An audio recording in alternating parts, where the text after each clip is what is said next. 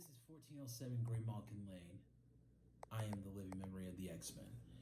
We're doing comic book reviews and we're doing New Mutants. I like this book this week. The art's not really getting there, but I'm really following the story. Start off with a fire. That's how we always love to start things off, with fires. Ileana is essentially being the camp counselor. That's what this book really feels like to me. It feels like a horror movie. Like all these kids are at camp and there's a monster outside. Also,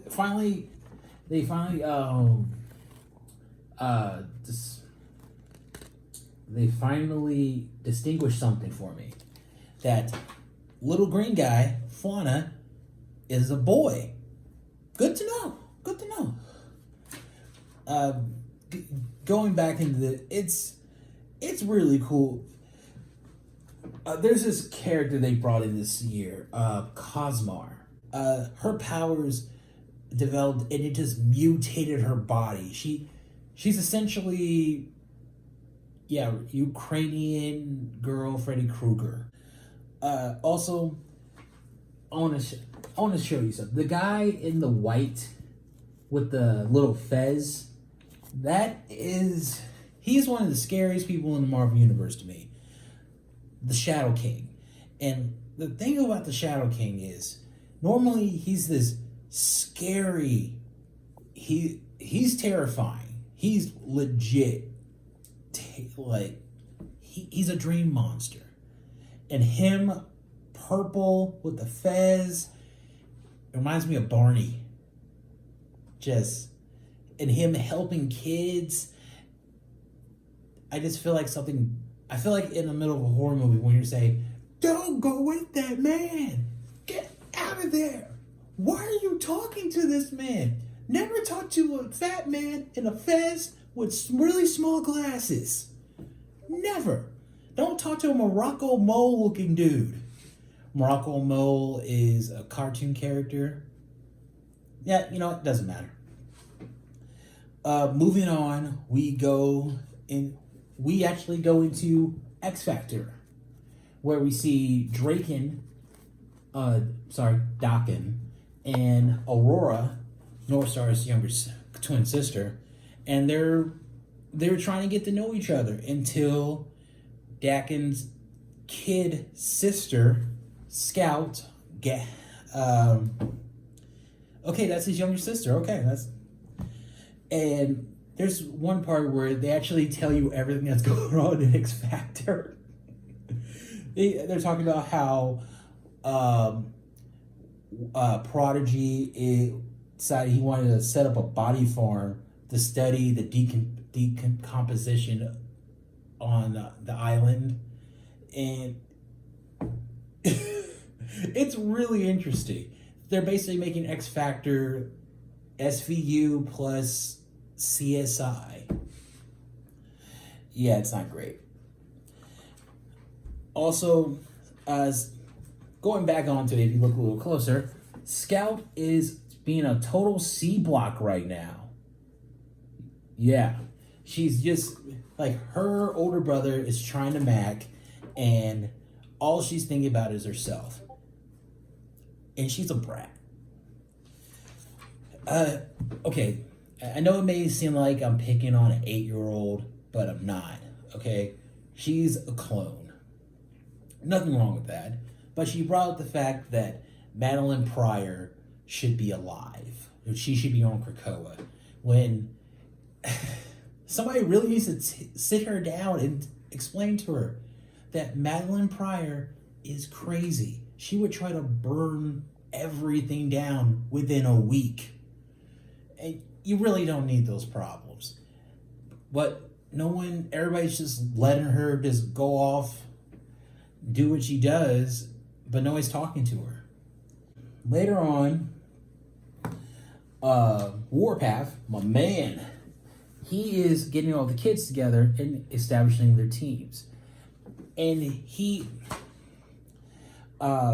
Scout, she says, I know how to do this. I was literally created to be part of an elite assassin group. I know how to work with others already. He knocks her down. He says, you are indoctrinated by humans to serve their purpose. You need to learn to think about what you need to learn to think beyond what they allowed you to know about yourself. So basically, Scout's learning that she has to learn to be part of the team. No matter how advanced she is, she has to think of new ways of expressing herself. Really great power combinations on here. Just some really great stuff. And I don't know why, but I am just laughing at this one part where this Gabby tries to talk to this one she's pure white person, and she says like, hey, I haven't seen you since the Age of X-Men, da da da da, and they're like, we don't know you, we died on Genosha. This was really interesting. The resurrection request from Wolfsbane to Elixir. Apparently, Wolfsbane's son, Tyr, was not on the queue to be brought back for the resurrection protocols. And they don't really have a reason why. I think this is really nice. Like, they kind of really tell you what happened with it. It's sad. Him not being there is an issue. Also, nice little moment with Danny and Rain that, I really want to get into this, but I'm going to pause it. I want to get back to it because Rain is sad because her son is not there. And Danny is being a good friend to support her. And I really feel like the movie and Claremont and lots of just horny nerds just want to put two friends together. Wait, you know what? I said I'll pause it, come back to it.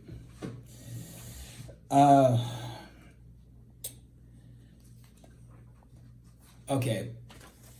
Danny and Rain actually head off to the wedding reception of Doug and Bay, which is really nice. It's really cool to see that Dazzler and Lila Cheney are the local lounge singers. They're always there. It was just cool to see all of them just like they're partying and they're having a good time. Also, that kid from earlier, the little Freddy Krueger girl, she goes up to Danny Moonstar and asks her, after telling her, like, listen, you're the person who saved me when my powers developed, and I would be honored if you would go with me through the Crucible. The Crucible is basically an arena where mutants go when they want to be resurrected. Up to this point, it's been used for former mutants who have to just battle to the death. They have to literally die in battle in order to be resurrected with their powers again. Her asking Danny to be resurrected she wants to go back to what she looked like before her powers made her, just mutated her. And Danny gives her the most condescending, she gives her the most condescending answer. No, you're beautiful for who you are in the inside. That is some of the most, that is something a pretty person says to a fat girl when the fat girl's crying in the bathroom. It's so mean. No, it's the intention is nice, but it's really mean and patronizing. And after Danny says no, all right, well, I'm sorry, I'm parroting. This is exactly what Danny says. I'm so proud of you for asking, but I can't do that. The Crucible is to heal mutants who have been robbed of their gifts. You don't need the Crucible. You are perfect. There's nothing wrong about your body or with you. Your body is as beautiful as your soul. Can you imagine being told that?